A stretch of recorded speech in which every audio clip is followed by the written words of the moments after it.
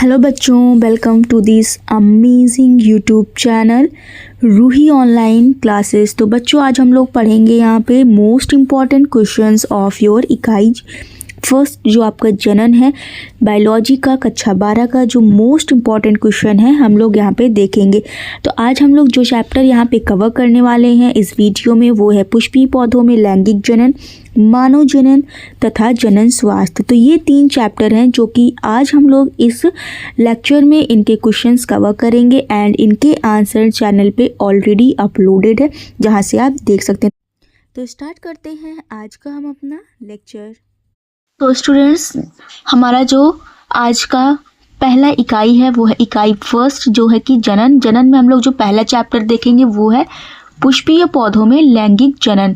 तो हम लोग देखने वाले हैं पुष्पीय पौधों में लैंगिक जनन के कितने इंपॉर्टेंट क्वेश्चन हैं। तो बेसिकली स्टूडेंट्स यहाँ पे बहुत ही अच्छे से डिटेल में सब कुछ करके ये क्वेश्चंस बनाए गए हैं एंड इसमें ज़्यादा क्वेश्चंस नहीं है, बहुत ही कम क्वेश्चन जितने भी मैं इकाई में बताऊंगी ज़्यादा से ज़्यादा 9-10 क्वेश्चन रहेंगे जिनमें से आपके 3-4 क्वेश्चन ज़रूर आएंगे।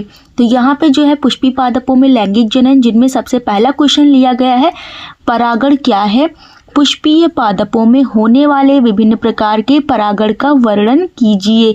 तो बच्चों यहाँ पे तो आपको क्वेश्चन बता दिया गया लेकिन इनके जो आंसर हैं सारे ऑलरेडी ये चैप्टर ऑलरेडी आपके इस चैनल पे अपलोडेड है एंड इनके सारे क्वेश्चन आपको इसी चैनल पे मिल जाएंगे। उसकी प्लेलिस्ट क्लास 12 के नाम से अलग से बनी हुई है जहाँ पे जाके आप इन सारे क्वेश्चंस के आंसर देख सकते हैं। सेकंड है हमारा गुड़हल के पुष्प का नामांकित चित्र बनाइए। ये जो क्वेश्चन है आप लोगों को अच्छे से तैयार कर लेना है। थर्ड है द्विबीजपत्री पौधों में भ्रूण के विकास को वर्णन कीजिए। ये जो द्विबीजपत्री भ्रूण का विकास है इसका एक सेपरेट वीडियो है जहाँ पे आपको पूरा अच्छे से डिटेल में समझाया गया है, वो भी चित्र के माध्यम से। एंड अगर आप वो सारे लेक्चर देखने चाहते हैं तो आप प्लेलिस्ट में जाके क्लास 12 की प्लेलिस्ट में आप नीचे के साइड जाएंगे तो वहाँ पे पूरा serial wise line to line आप लोगों को सारा ये इसके रिलेटेड जितने भी आंसर हैं सब मिल जाएंगे। उसके बाद है आवृत बीजी के प्रारूपिक बीजांड की संरचना का सचित्र वर्णन कीजिए। तो ये सारे क्वेश्चंस आपको अपने बोर्ड एग्जाम के लिए तैयार कर लेना है। ये तो आपके हो गए टोटल 4 क्वेश्चन। आगे हम लोग देखेंगे आवृत बीजी पौधे में दोहरा निषेचन तथा त्रिसंलयन पर संक्षिप्त टिप्पणी लिखिए।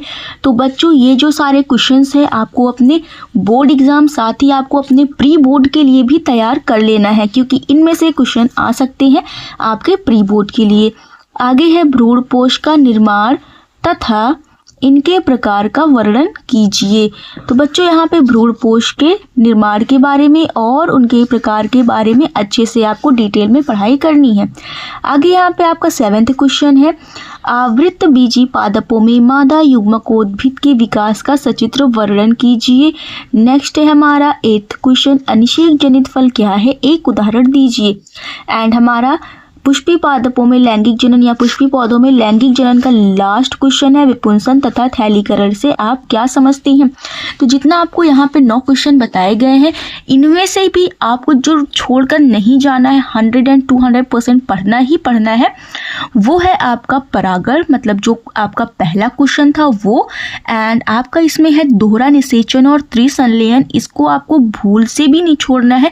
एग्जाम के लिए आपको ये सारे टॉपिक्स तैयार करने हैं लेकिन इनको लास्ट मोमेंट पे भी आपको पढ़ के जाना है एंड इसका आपको पूरा अच्छे से तैयार भी कर लेना है। ओके। एंड जो क्वेश्चन नंबर 8 है अनिषेक जनित फल, इसको भी आपको अच्छे से ध्यान में रखना है। ये 3 क्वेश्चन है जो कि आपको भूलना तो बिल्कुल भी नहीं है। तो ये हमारा हो गया पुष्पीय पौधों में लैंगिक जनन। आगे हम लोग देखेंगे मानव जनन, नेक्स्ट आफ्टर देखेंगे हम लोग जनन स्वास्थ्य। तो इस लेक्चर में हम लोगों ने आज 3 चैप्टर को कवर किया है और इकाई ये जनन है। जनन के जितने भी चैप्टर हैं उनको हम लोगों ने एक वीडियोस में ही कवर करने की कोशिश की है जिससे कम समय में आपको ज़्यादा क्वेश्चन प्रोवाइड किया जा सके। तो अब हम लोगों का यहाँ फर्स्ट चैप्टर कंप्लीट हो गया एंड अभी तक आप लोगों ने चैनल को लाइक नहीं किया, मतलब कि इस वीडियो को आपने लाइक नहीं किया और यहाँ तक आप लोगों ने कंटिन्यू देख लिया तो सबसे पहले वीडियो को लाइक करें एंड अगर आपको क्वेश्चन समझ में आया है तो कमेंट सेक्शन में ज़रूर बताएं ताकि मैं आगे की सीरीज आप लोगों के लिए ला सकूं। ओके, तो हम लोग स्टार्ट करते हैं अपना नेक्स्ट चैप्टर। तो बच्चों अभी यहाँ पे हमारा जो नेक्स्ट चैप्टर है वो है मानव जनन। यहाँ पे हम लोग देखेंगे मानव में निषेचन कहाँ होता है। तो आप लोगों को मैं यहाँ पे आंसर भी बता दूँ, या अति लघु का भी हो सकता है या बहुविकल्पी में आपका आ सकता है।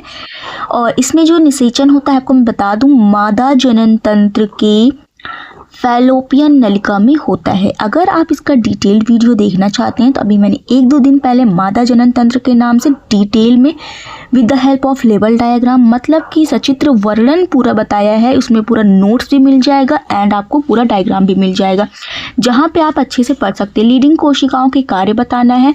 आफ्टर आपका थर्ड क्वेश्चन है आर्तव चक्र क्या है, इसकी प्रमुख घटनाओं का वर्णन कीजिए। तो बच्चों ये जो क्वेश्चन है, इस क्वेश्चन के आंसर है, इनको मैंने आर्तव चक्र के नाम से एक लेक्चर आप लोगों के लिए अपलोडेड किया है एंड ये लेक्चर आपको कल ही अपलोडेड किया गया था, मतलब इसके जो आंसर हैं कल ही अपलोडेड किए गए थे आर्तव चक्र के। शुक्राणु को पोषण प्रदान करने वाली कोशिकाओं के नाम तो ये हो जाएगा सार्टोली कोशिकाएं। रिलैक्सिन तथा प्रोलैक्टिन हार्मोन का स्रावण कहाँ से होता है तथा इनके कार्य लिखना है आपको। आफ्टर डेट शुक्र जनन क्या है, नामांकित चित्र की सहायता से वर्णन कीजिए। ओके, शुक्राणु जनन आपको यहाँ पे शुक्र जनन और अंडाणु जनन जो अंड जनन होता है उसके बारे में पूछा जा रहा है कि शुक्राणुओं का निर्माण कैसे होता है। मादा तथा नर जनन तंत्र का सचित्र वर्णन कीजिए। तो नर जनन तंत्र और मादा जनन तंत्र इस चैनल पे अपलोडेड है, तो आप जाके देख सकते हैं वहाँ पे।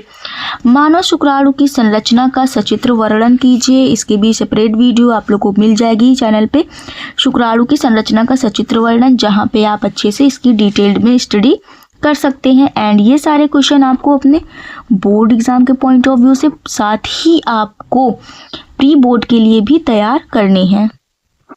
एंड अब हमारा लास्ट क्वेश्चन है, स्तन ग्रंथि के आरेखीय काट का नामांकित चित्र बनाइए। आपको यहाँ पे स्तन ग्रंथि के चित्र तैयार कर लेना। तो बेसिकली इस चैप्टर में आपको जो है नर जनन तंत्र, मादा जनन तंत्र, स्तन ग्रंथि और आपको शुक्राणु की संरचना, मतलब कि 4 डायग्राम आपको इस चैप्टर से तैयार करनी है।